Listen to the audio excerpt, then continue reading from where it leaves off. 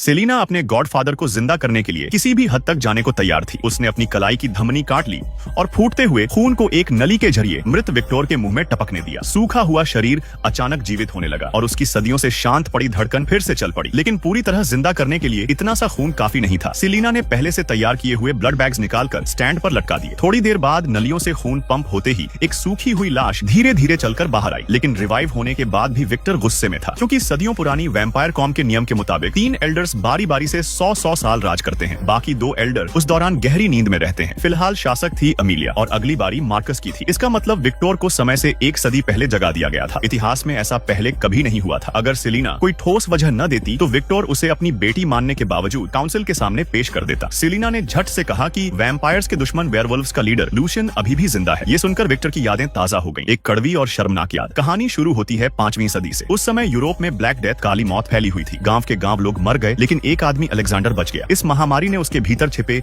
Latent gene को जगा दिया। वो अमर हो गया और दुनिया का पहला इमॉर्टल बना। अलेक्जेंडर के कुछ बेटों को भी ये गुण मिला। कुछ साल बाद उसका बड़ा बेटा मार्कस चमगादड़ के काटने से पहला वैम्पायर बना। वो भी अमर था, लेकिन धूप से डरने लगा। दूसरा बेटा विलियम भेड़िए के काटने से पहला वेयरवुल्फ बना। वो भी अमर था, लेकिन चांदी से डरने लगा। बाकी बेटों में ये जीन डरमेंट ही रहा और उनकी पीढ़ियां इंसानों की तरह जन्म मृत्यु के साथ आगे बढ़ी। मार्कस फिर भी समझदार था, लेकिन विलियम पूरी तरह जानवर बन गया। वो बेकाबू होकर लोगों को काटने लगा और जो लोग उसके शिकार बने वो भी खून के प्यासे भेड़िए बन गए। ये शुरुआती वेयरवुल्व्स कभी इंसान का रूप वापस नहीं पा सकते थे। अलेक्जेंडर मजबूर होकर विक्टर नाम के ताकतवर राजा से मदद मांगता है। सालों की जंग के बाद वेयरवुल्व्स कुछ हद तक काबू में आ गए, लेकिन विक्टर बूढ़ा हो रहा था और मौत के करीब था। तभी मार्कस उसके पास आया और उसे अमृता का राज बताया। दोनों के बीच सौदा हुआ और मार्कस ने विक्टर को वैम्पायर बना दिया। विक्टर ने इमॉर्टल सेना बनाई और विलियम को पकड़ लिया, लेकिन उसे मारना मना था। मार्कस ने अफवाह फैलाई कि अगर कोई एल्डर मरा तो उसकी पूरी ब्लड लाइन भी खत्म हो जाएगी। इसलिए विक्टर हमेशा मार्कस को साथ रखता ताकि उसकी सुरक्षा रहे। आखिरकार वैम्पायर सेना ने विलियम को ढूंढ लिया। विक्टर ने अमीलिया को भेजा। मार्कस जब पहुंचा तो देखा विलियम पहले ही पकड़ लिया गया था। मार्कस ने कहा कि विलियम को वो खुद संभाल लेगा, लेकिन विक्टर का मन उसे मारने का था। चूंकि इमॉर्टल सेना विक्टर की वफादार थी, मार्कस मजबूर होकर पावर शेयर के लिए राजी हो गया। विलियम को हमेशा के लिए कैद कर दिया गया। यहीं से वैम्पायर कॉम में एल्डर रूल सिस्टम शुरू हुआ। 3 एल्डर, 100 साल का शासन। मार्कस और अमीलिया सोने चले गए, लेकिन विक्टोर ने गुप्त रूप से सेलिना के पिता से विलियम के लिए एक खास जेल बनवाई। फिर उन सभी मजदूरों को मार दिया ताकि राज लीक न हो। जेल की चाबी 2 हिस्सों में बंटी थी, एक विक्टर के शरीर में और दूसरा उसकी बेटी को दिया गया। समस्या हल हो गई, लेकिन वेयरवुल्फ सेना अभी भी बाकी थी। 20 सालों तक विक्टर लड़ता रहा। मूल वेयरवुल्फ ने कैद खाने में एक मानव बच्चे को जन्म दिया। ये देखकर विक्टर ने बिना झिझक उस माँ को तुरंत मार डाला। उसके सामने ऐसा चमत्कार पहली बार हुआ था। उसके अंदर का हर एहसास कह रहा था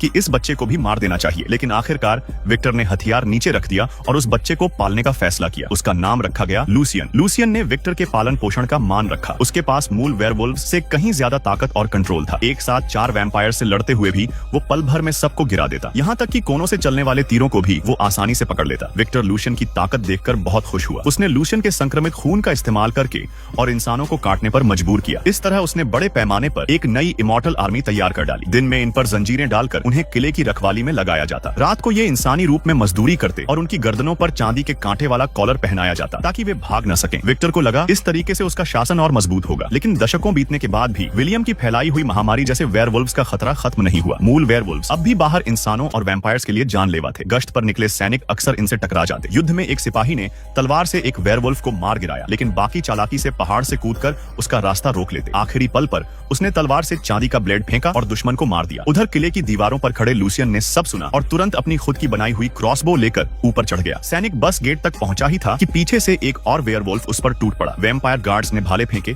लेकिन उनकी रफ्तार के आगे वो सब चूक गए। तभी लुसियान ने निशाना साधा और एक ही बार में 2 वेयरवुल्व्स को मार गिराया। युद्ध के बाद उस सैनिक ने हेलमेट उतारा। असल में वो सैनिक कोई और नहीं बल्कि सोंजा, विक्टोर की बेटी थी। विक्टर ने लुसियान से पूछा, क्या अपने ही जैसे जीवों को मारने से तुम्हें दुख नहीं होता? लुसियन ने ठंडे स्वर में कहा, मैंने तो बस कुछ जानवरों को मारा है। लेकिन उसकी निगाहें लगातार सोंजा पर टिकी रही। विक्टर ने ये देख लिया और उसे याद दिलाया कि वो एक गुलाम है। साथ ही आदेश दिया कि मरे हुए वेयरवुल्व्स की लाशें जला दी जाएं। जब आग में जलकर वे इंसानी रूप में वापस लौटे, लूसियन की आंखों में दर्द था। वो अपने कौम की दशा देख रहा था। दिन रात मजदूरी, कोड़े, जंजीरें और कोई सम्मान नहीं। सिर्फ लूसियन ही विक्टोर की मेहरबानी से कुछ आजादी पा सका था। बाकी जरा सी गलती पर जान से हाथ धो बैठते। लेकिन सच यही था कि लूसियन भी गुलाम था, बस उसके गले में पड़ी चांदी की जंजीर थोड़ी अलग थी। रात को उसने गश्ती सैनिकों के जाते ही छिपकर गली से निकलने का रास्ता बनाया। अंधेरी सुरंगों से होते हुए वो एक परित्यक्त चबूतरे तक पहुंचा। वहां सोंजा पहले से उसका इंतजार कर रही थी। दोनों बचपन से साथ बड़े हुए थे और चुपके से एक दूसरे को अपना मान चुके थे। दोनों का मिलन हुआ और लूसियन ने अपनी असली इच्छा बताई। उसने वो खास चाबी दिखाई जिससे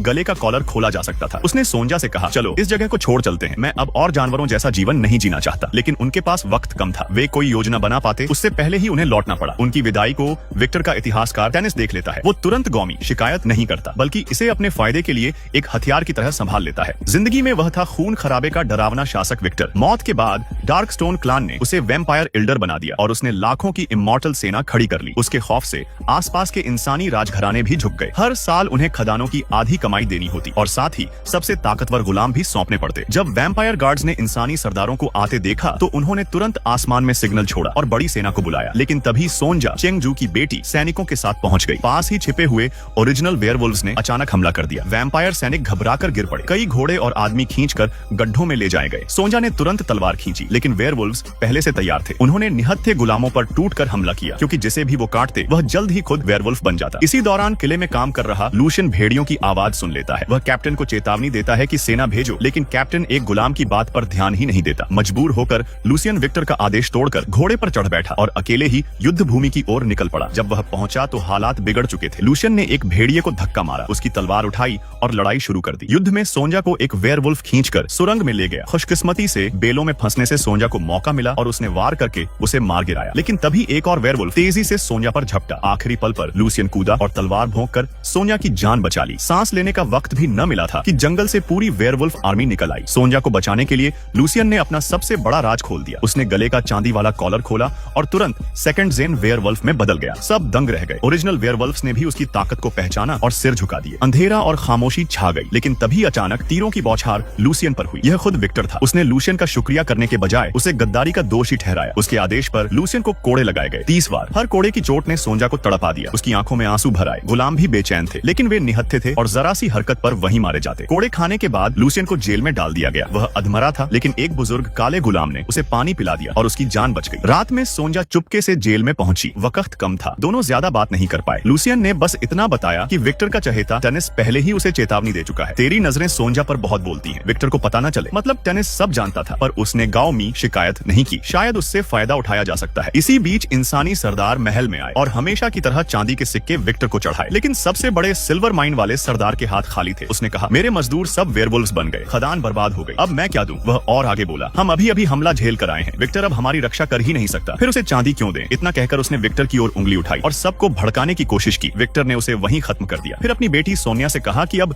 लूसियान की जगह नया गुलाम चुना जाएगा, क्योंकि एल्डर्स का मानना था कि लूसियन गुलामों को विद्रोह के लिए उकसा सकता है। सोंजा समझ गई कि पिता लूसियन को मारने का फैसला कर चुका है। उसने यूं ही किसी और गुलाम का नाम सुझा दिया और चुपके से टेनिस को ढूंढने चली गई। उसने पूछा, तूने गांव में क्यों नहीं की? असल में टेनिस का सपना था काउंसिल मेंबर बनना। वह सोंजा की जगह लेना चाहता था। उसने सौदा रखा, अगर तू मेरी मदद करेगी तो मैं लूसियन की मदद कर दूंगा। सोंजा ने हामी भरी और लूसियन को भी सब बता दिया। उन्होंने तय किया, कामयाब होने के बाद दोनों नदी किनारे के मैदान में मिलेंगे। टेनिस ने मौका पाकर लूसियन को कॉलर खोलने की चाबी फेंक दी। लूसियन ने उसे इस्तेमाल किया, वेयरवुल्फ में बदल गया और गार्ड को मार गिराया। फिर उसने कैद में पड़े बाकी गुलामों को भी आजाद कर दिया और सबको आजादी की ओर ले जाने की तैयारी की। सबको भागने से रोकने के लिए वैम्पायर गार्ड्स ने अपनी शक्तिशाली धनुषों को एक ही दिशा में मोड़ा और हजारों बाणों की वर्षा कर दी। दीवारों को चीरते हुए अनगिनत भालेचू काऊ को रोकते हुए बरस पड़े। आजादी से बस एक कदम की दूरी पर खड़े टोंगजू को देखकर लूसियन के मन में बेबसी और अफसोस भर गया। उसने सबको कसम खाई कि वह किसी भी तरह सभी को आजाद करेगा। इसके बाद उसने बाकी बचे लोगों को तेजी से चू काऊ की ओर दौड़ाया, लेकिन तभी दो गार्ड्स ने लंबे तीर निकालकर रास्ता रोक लिया। लूसियन ने ताकत लगाकर उन्हें धक्का दिया और वे खाई में जा गिरे। जैसे ही सुबह की पहली किरणें धरती पर बिखरी, वैम्पायर गार्ड्स दर्दनाक चीख के साथ राख में बदल गए। जमीन पर पहुंचकर लूसियन ने सबको जंगल की ओर भागने को कहा, जबकि वह खुद पलटकर गुस्से से तमतमाए विक्टर की ओर थ्याओजान भरी नजरों से देखने लगा। इस समय सूरज की रोशनी पहाड़ की ढलान से होते हुए गुफा के कू पर पहुंच चुकी थी। विक्टर चाहकर भी लूसियन को टुकड़े टुकड़े नहीं कर सका और मजबूर होकर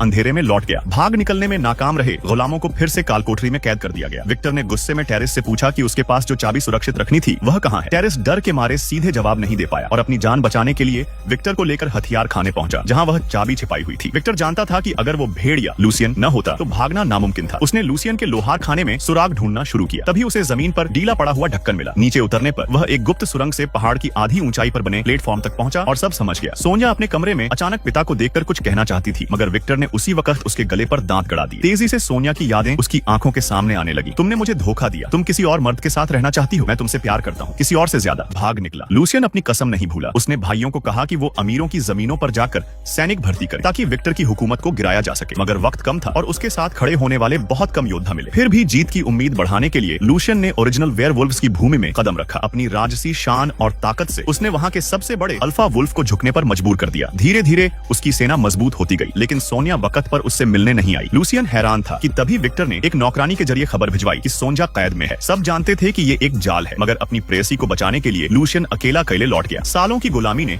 उसे कैले के हर कोने से वाकिफ बना दिया था। जल्दी ही उसने गार्ड को चकमा देकर सोनिया का कमरा ढूंढ लिया। दोनों ने एक दूसरे से बातें करने का वक्त भी नहीं पाया और तुरंत गुप्त सुरंग से निकलने लगे। लेकिन विक्टर पहले ही उस सुरंग को खोद चुका था। उसने तेल के पीपे फेंकवाए और फिर मशाल डालकर आग लगा दी। भयावह आग ने सारे छुकूब बंद कर दिए। मजबूरी में लूसियन जमीन पर निकलकर रास्ता बनाने लगा। उसने जबरदस्त लड़ाई की, मगर अंत में कई वैम्पायर सोल्जर्स ने उसे काबू कर लिया। सोनिया ने विक्टर से बगावत कर दी। उसने तलवार उठाकर पिता की ओर हमला किया। विक्टर बेटी से लड़ना नहीं चाहता था और बचने की कोशिश करता रहा, लेकिन लड़ते लड़ते सोनिया ने तलवार उसके गले पर रख दी।